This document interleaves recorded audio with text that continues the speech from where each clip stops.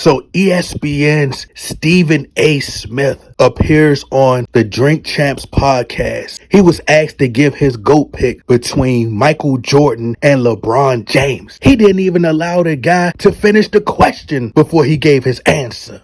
Jordan or LeBron? Jordan. I was going to switch it up. There's nothing to talk about. There's nothing. Don't even. What would have been the switch up? Go any further. Well, so there you have it, ladies and gentlemen. Short and sweet. Cut right to the chase. No explanation. There's nothing left to be said. I mean, Stephen A. Smith said this quicker than he could say his own name. He said that quicker than a NASCAR with a cheetah inside the engine. Inside the engine.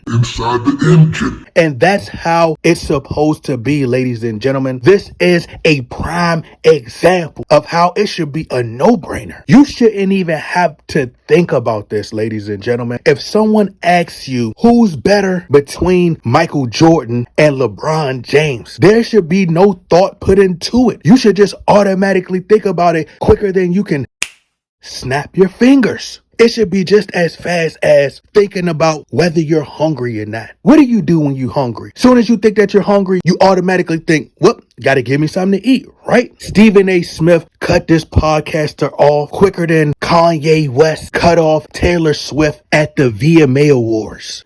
He said, yeah, I'm gonna let you finish, but Michael Jordan is the greatest of all time.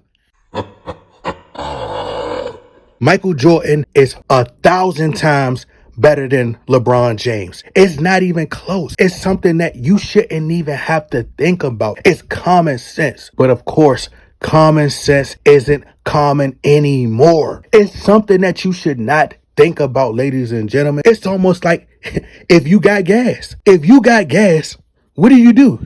You let it out. That's how quick you should be able to say that Michael Jordan is the GOAT over LeBron James. And then they got a nerve to want to compare numbers because they're trying to make an argument now because LeBron James is still around on steroids, allegedly, padding his stats, accumulating all these numbers. But LeBron James, he's so delusional, and they praise this man for having the highest IQ in NBA history. But he's not even smart enough to realize that just because you're staying around longer than Michael Jordan did and you putting up more numbers, putting up all these big numbers doesn't make you a better player. You're not really helping your case because Michael Jordan already did your entire career in far less time. All it took Michael Jordan was 15 years to do what you're trying to do. He done already three-peated 2 times already. He done already won 6 MVPs in the NBA Finals, 5 regular season MVPs, 10-time scoring champion, 9-time all-defender. So everything that you're still trying to do, Michael Jordan already did. That's why he got his feet kicked up looking at you laughing with a cigar in his mouth. And you're looking stupid, losing your hair. You're still trying to do cool handshakes. You're still playing with a whole new, an entire generation where everybody in your draft class has retired. You look stupid. You don't know how dumb you look. And you're not doing nothing but looking smart to a bunch of other dumb people. Thinking just because he surpassed Kareem Abdul-Jabbar on the all-time scoring list that makes him a better player than Michael Jordan. Or in his delusional fans' mind, they believe that LeBron James is now better than Kareem Abdul-Jabbar. And they thought that would somehow bother Kareem Abdul-Jabbar by having the two at a baseball game, if I'm not mistaken, football game, baseball game. And they gonna have the nerve to put up a stat saying that LeBron James is the all-time leading scorer and now Kareem Abdul-Jabbar is number 2. Who cares? It's just a stat. It's just a record that he broke. That doesn't mean that LeBron James is a greater player than Kareem Abdul-Jabbar. Is he? Absolutely not. Kareem Abdul-Jabbar is a far greater player than LeBron James. Can you imagine if Kareem didn't go to college? Can you imagine if Kareem Abdul-Jabbar had the 3-point line? That man would have been shooting his famous skyhook from the 3-point line. Okay? So LeBron James will never be a greater player than Kareem Abdul-Jabbar. He's not even better than Karl Malone. Not better than John Stockton. I'm tired of this dude, bruh. And I don't know if you guys can hear this baby crying upstairs from where I live at, but it sounds like LeBron James. She must have the LeBron James DNA because she's a crybaby just like LeBron James. She just might be related to LeBron James. The same type of behavioral patterns that LeBron James had. Just a spoiled baby. That's how LeBron James does when he can't get his weight, when he get fouled. He's always crying. How are you 6'8", 250 something pounds, got all these muscles like Arnold Schwarzenegger, and you still weak? I mean, just pathetic. LeBron James is the worst player in NBA history. I don't know no other player worse than LeBron James. I'm trying to think about it.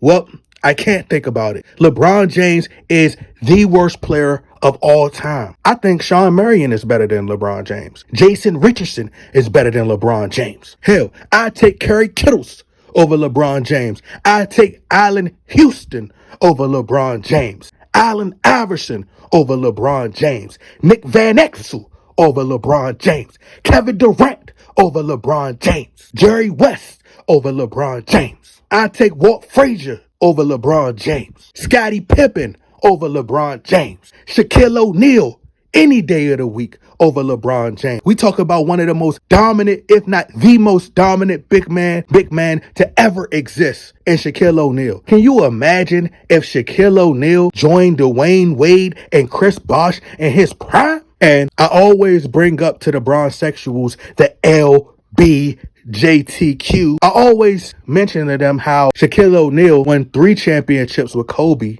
but he's only won 1 championship outside of Kobe, and Kobe won 2. Well, they say, well, Shaquille O'Neal, he wasn't in his prime. By the time he got with Dwayne Wade, he was fat and out of shape. Well, LeBron James was in his prime when he joined Dwayne Wade. And what do you know? LeBron James was in shape at the time. Bodybuilder type muscles. And Chris Bosh. And Ray Allen. And they had a stacked bench. What's LeBron James' excuse? He's only got 2 championships on a super team. Not to mention he lost to the old Spurs. He lost to the Dallas Mavericks. You got all these talented players around you and you can't defeat these other teams and you were the favorites? Pathetic. But if LeBron James were to replace Michael Jordan on that Chicago Bulls team, LeBron James would fold under pressure. He would quit. It'll be 2 Scottie Pippens on the same team, especially in the fourth quarter. He wouldn't be able to close. He wouldn't even be able to play on the same team as Dennis Rodman. Dennis Rodman would call him the B word and he'd cry to Phil Jackson. He would have had Phil Jackson fired, like he does every other coach. It wouldn't even have worked with him and Scottie Pippen. As a rookie, he would have had Scottie Pippen traded because LeBron James can't play with young players. He doesn't like playing with young players. Remember, he had Andrew Wiggins traded. So LeBron James would have had 0 rings with the Chicago Bulls. So what Stephen A. Smith has to understand, he kind of loses people when he says that LeBron James is the second greatest player of all time. LeBron's not even better than Tracy McGrady. We get so fooled and blinded by what the media has programmed us to think about LeBron James, constantly talking about him and mentioning him in the conversation with Jordan. The man is pure